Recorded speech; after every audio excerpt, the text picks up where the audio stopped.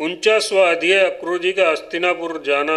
श्री सुखदेव जी कहते हैं, परीक्षित भगवान के आज्ञानुसार अक्रूर जी हस्तिनापुर गए। वहाँ की एक एक वस्तु पर पुरुवंशी नरपतियों की अमर कृति की छाप लगी रही है।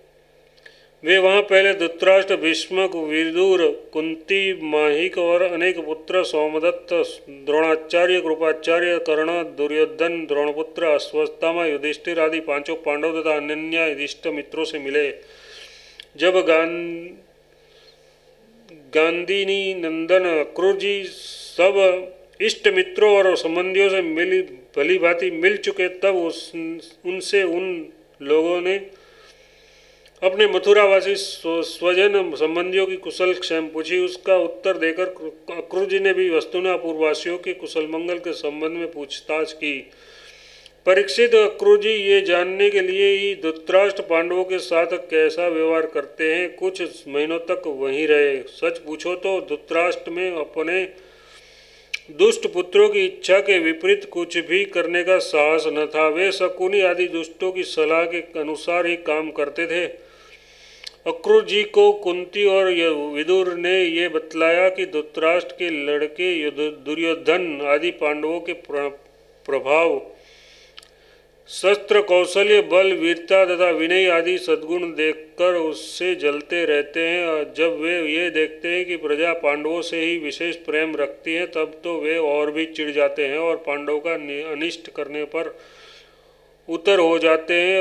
अब तक दुर्योधन आदि धृतराष्ट्र के पुत्रों ने पांडवों पर कई बार विषदान आदि बहुत से अत्याचार किए हैं और आगे भी बहुत कुछ करना चाहते हैं। जब अक्रूर जी कुंती के घर आए, तब वह अपने भाई के पास जा बैठी। अक्रूर जी को देखकर कुंती के मन में अपने मायके की स्मृति जग गई और नेत्रों में आंसू भर आए। उन्होंने कहा, प्यारे भाई, क्या कभी मेरे माँ बाप, भाई बहन, भतीजे, कुल की स्त्रियाँ और सखी सहेलियाँ मेरी याद करती है? मैंने सुना है कि हमारे भतीजे भगवान श्री कृष्ण और कमल नयन बलराम बड़े ही भक्तवत्सल और शरणागत रक्षक हैं। क्या वे कभी अपने इन फुफेरे भाइयों को भी याद करते हैं? मैं शत्रुओं के चीर बीच गिरकर शोकाकुल हो रही हूँ। मेरी वही दशा है जैसे कोई हरिणी भेड़ों के बीच में पड़ी हो। मेरे बच्चे बिना बाप के हो गए हैं। क्या हमारे श्री कृष्ण कभी यहाँ आकर मुझको और इन अनाथ बालकों को सांत्वना देंगे? श्री कृष्ण को अपने सामने समझकर कुंती कहने लगी, सच्चिदानंद स्वरूप श्री कृष्ण, तुम महायोगी हो, विश्वात्मन हो और तुम सारे विश्व के जीवन दाता हो। गोविंद, मैं अपने बच्चे के साथ दुख पर दुख भोग रही हूँ। तुम्हारी शरण में आई हूँ, मेरी रक्षा करो, मेरे बच्चों को बचाओ। मेरे श्री कृष्ण, ये संसार मृत्युमय है और तुम्हारे चरण मोक्ष देने वाले हैं। मैं देखती हूँ कि जो लोग इस संसार से डरे हुए हैं, उसके लिए तुम्हारे चरणों कमलों के अतिरिक्त और कोई शरण नहीं।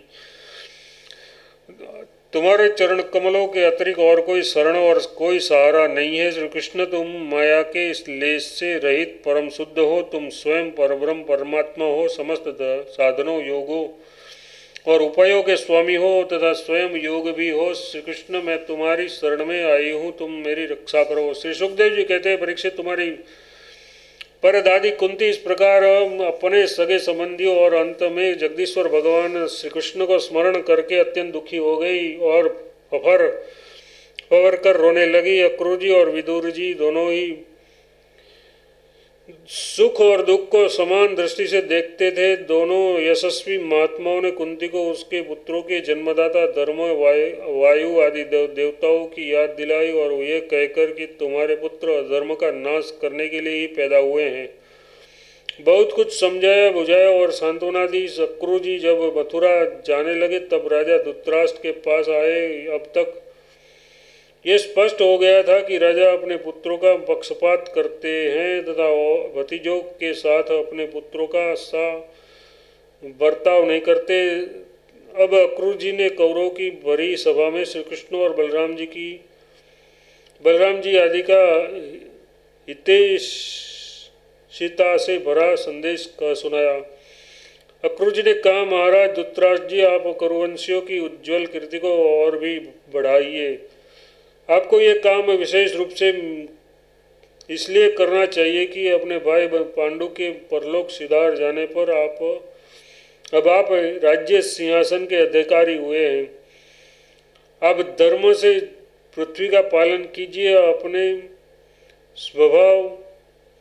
अपने सद्व्यवहार से प्रजा को प्रसन्न रखिए और अपने स्वजनों के साथ समान वर्ताव कीजिए। ऐसा करने से ही आपको लोक में यश और परलोक में सद्गति प्राप्त होगी। यदि आप इसके विपरीत आचरण करते हो तो इस लोक में अपनी निंदा होगी और मरने के बाद आपको नरक में जाना पड़ेगा। इसलिए अपने पुत्रों और पांडवों के साथ समानता का वर्ताव कीजिए। आप जानते हो कि इस संसार में कभी कहीं कोई किसी के साथ सदा नहीं रह सकता। जिनसे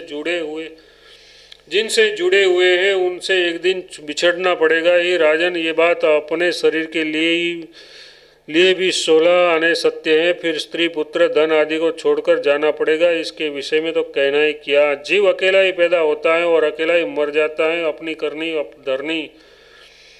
अपनी करनी धरनी का पाप पुण्य का फल अकेला ही भुगता है। जिन स्त्री पुत्रों को हम अपना समझते हैं वे तो हम तुम्हारे अपने हैं। हमारा भरण पोषण करना तुम्हारा धर्म है। इस प्रकार की बातें बनाकर मूर्ख प्राणी के धर्म से इकट्ठे हुए इन धन को लूट लेते हैं। जैसे जल में रहने वाले जंतुओं के सर्वस्व जल को उन्हीं के संबंधी चाट जाते हैं। ये मूर्ख जीव जिन्हें अपना समझकर अधर्म करके भी पालता पोसता है, वे ही प्राण धन और पुत्र आदि इस चीज को असंतुष्ट छोड़कर ही चले जाते हैं। जो अपने धर्म से विमुख है, सच पूछिए तो वह अपना लौकिक स्वार्थ भी नहीं जानता। जिनके लिए वह अधर्म करता है वे तो उसे छोड़ ही देंगे, उससे भी संतानों का अनुभव न होगा और वह अपने पापों की गठरी सिर पर लादकर स्वयं घोर नरक में जाएगा। इसलिए महाराज, ये बात समझ लीजिए कि ये दुनिया 4 दिन की चांदनी है, सपने का खिलवाड़ है, जादू का तमाशा है और है मनोराज्य मात्र। आप अपने यत्न से अपनी शक्ति से चित्त को रोकिए, ममतावश पक्षपात न कीजिए। आप समर्थ हैं, समत्व में स्थित हो जाइए और इस संसार की ओर से उपराम शांत हो जाइए। राजा धृतराष्ट्र ने कहा, दानपते अक्रूर जी, आप मेरे कल्याण की भले की बात कहते हैं। जैसे मरने वाले को अमृत मिल जाए तो वह उससे तृप्त नहीं हो सकता, वैसे ही मैं भी अपनी इस बातों से तृप्त नहीं हो रहा हूँ। फिर भी हमारे हितैषी अक्रूर जी, मेरे चंचल चित्त में आपकी ये प्रिय शिक्षा तनिक भी नहीं ठहर रही है, क्योंकि मेरा हृदय पुत्रों की ममता के कारण अत्यंत विषम हो रहा है। जैसे फटिक पर्वत के शिखर पर एक बार बिजली कांति है और दूसरे ही क्षण अंतर्ध्यान हो जाती है, वही दशा अपने उपदेशों की है। अक्रूर जी, सुना है सर्वशक्तिमान भगवान पृथ्वी का भार उतारने के लिए युद्धकुल में अवतीर्ण हुए हैं। ऐसा कौन पुरुष है जो उनके विधान में उलटफेर कर सके। उनकी जैसी इच्छा होगी वैसे ही होगी। भगवान की माया का मार्ग अचिंत्य है। उसी माया के द्वारा इस संसार की सृष्टि करके वे उसमें प्रविष्ट रहते हैं और कर्म तथा कर्म फलों का विभाजन कर देते हैं। इस संसार चक्र की बेरोक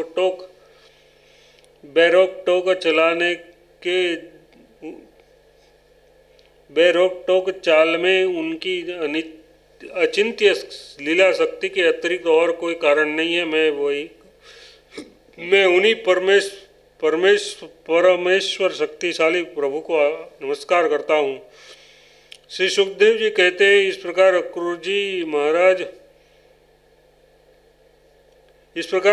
महाराज धृतराष्ट्र का अभिप्राय जानकर और कुरुवंशी स्वजन संबंधियों से प्रेमपूर्वक अनुमति लेकर मथुरा लौट आए। परीक्षित, उन्होंने वहाँ भगवान श्री कृष्ण और बलराम जी के सामने धृतराष्ट्र का वह सारा